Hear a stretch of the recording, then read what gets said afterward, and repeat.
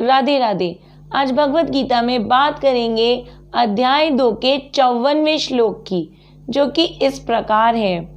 अर्जुन उवाच स्थित प्रज्ञस्य का भाषा समाधि स्थस्य केशवा स्थितिधि किम प्रभाषते किम आसीत वर्जते किम।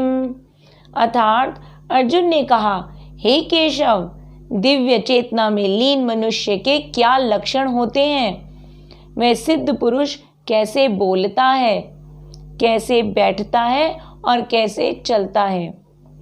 इस अध्याय 2 में हमने देखा कि कृष्ण और अर्जुन के मध्य जो चर्चा हो रही है।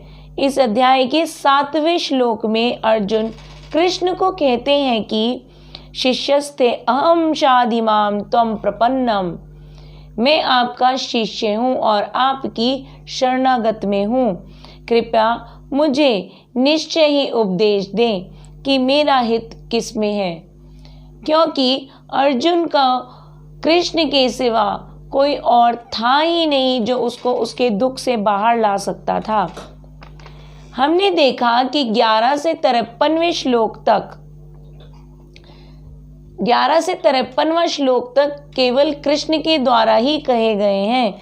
इस श्लोक में अर्जुन फिर से प्रश्न करते हैं, क्योंकि इससे पहले श्लोक में जो कि 53वां श्लोक था उसमें एक शब्द आता है समाधो, जिसका अर्थ समाधि से होता है। और समाधि एक स्थिति होती है जिसमें हम अपनी बुद्धि को योग से और ध्यान से केंद्रित कर लेते हैं। तो ऐसी जो स्थिति होती है जो व्यक्ति प्राप्त करता है उसको कहते हैं स्थित प्रज्ञा।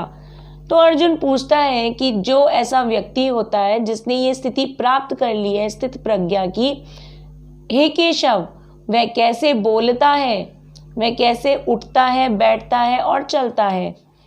तो इस श्लोक में अर्जुन कहते हैं, केशव, ओ घुंघरालो बालों वाले, ओ केशी को मारने वाले, स्थित प्रज्ञस्य का भाषा समाधि स्थितस्य, क्या लक्षण है उस व्यक्ति के जो समाधि में या दिव्य चेतना में लीन है। स्थित प्रज्ञा अर्थात जो स्थिति हो जाती है ध्यान योग में।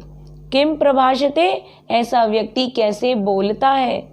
किम आसीत वर्जते किम, कैसे बैठता है और कैसे चलता है। यह सोचिए कि ये किस प्रकार के प्रश्न हैं जो अर्जुन ने पूछे हैं। पहला प्रश्न से ज्ञात हो कि कैसे पता चले कि जो व्यक्ति जिसने स्थिति प्रज्ञा या समाधि को प्राप्त कर लिया है उसके क्या क्या लक्षण हैं। बाकी के 3 प्रश्नों से वह व्यक्ति दुविधा में क्या करता होगा, कैसे बोलता होगा, कैसे बैठता होगा और कैसे चलता होगा। अर्जुन ये कृष्ण से जानना चाहते हैं।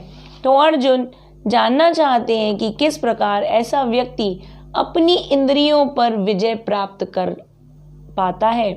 वह कैसे स्वयं को रोकता है इंद्रिय वस्तु के पास जाने से, उनको प्राप्त करने से। इंद्रिय वस्तु क्या होती है? जो हमारे चारों ओर जिनसे हम घिरे हैं, ये इंद्रिय वस्तु हैं। तो एक व्यक्ति जिसने स्थिति प्रज्ञा की स्थिति को प्राप्त कर लिया है वह खुद को कैसे रोकता होगा उन इंद्रिय वस्तुओं को के पास जाने से, या उन इंद्रिय वस्तुओं को वो किस प्रकार से ग्रहण कर पाता होगा। अर्जुन का प्रश्न है कि किस प्रकार व्यक्ति अपनी इंद्रियों को रोकता होगा उन इंद्रिय वस्तुओं की ओर जाने से। तो अर्जुन का जो पहला प्रश्न है, उस व्यक्ति के लक्षण क्या हैं। लक्षण तो सभी व्यक्तियों में कुछ ना कुछ होते हैं।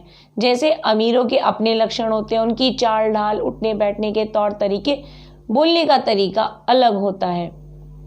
एक गरीब व्यक्ति का तरीका अलग होता है, रोगी व्यक्ति का अपना उठने का समय, बैठने का समय, बोलने का तरीका अलग होता है। और ठीक इसी प्रकार एक भक्त का बोलने, चालने, उठने, बैठने का समय और तरीका अलग अलग होता है। व्यक्ति का जो पहला लक्षण होता है वह होती है उसकी भाषा। भाषा से ही किसी व्यक्ति का बारे में हम बता सकते हैं कि व्यक्ति किस प्रकार का होगा। तो जो प्रथम लक्षण होता है किसी भी व्यक्ति का वो होता है भाषा, जो कि एक बहुत ही महत्वपूर्ण गुण है। कहते हैं कि मूर्ख का पता तब तक नहीं चलता जब तक वह बोलता नहीं। यदि मूर्ख बोले ही नहीं तो उसकी मूर्खता का ज्ञान किसी को भी ना हो। मूर्ख जब बोलना शुरू करता है तभी पता चलता है कि यह व्यक्ति मूर्ख है। अब बात करते हैं भक्त कैसे बात करता है। भक्त का सर्व प्रमुख लक्षण यह है कि वह केवल कृष्ण के बारे में ही बात करता है। जो व्यक्ति केवल कृष्ण की ही बातें करता है, कृष्ण की ही चर्चा करता है, वह व्यक्ति ही भक्त होता है। फिर तो अन्य लक्षण स्वतः ही प्रकट हो जाते हैं जिनका उल्लेख आगे के श्लोकों में किया जाएगा। तो इसी के साथ राधे राधे, हरि कृष्ण, हरि बोल।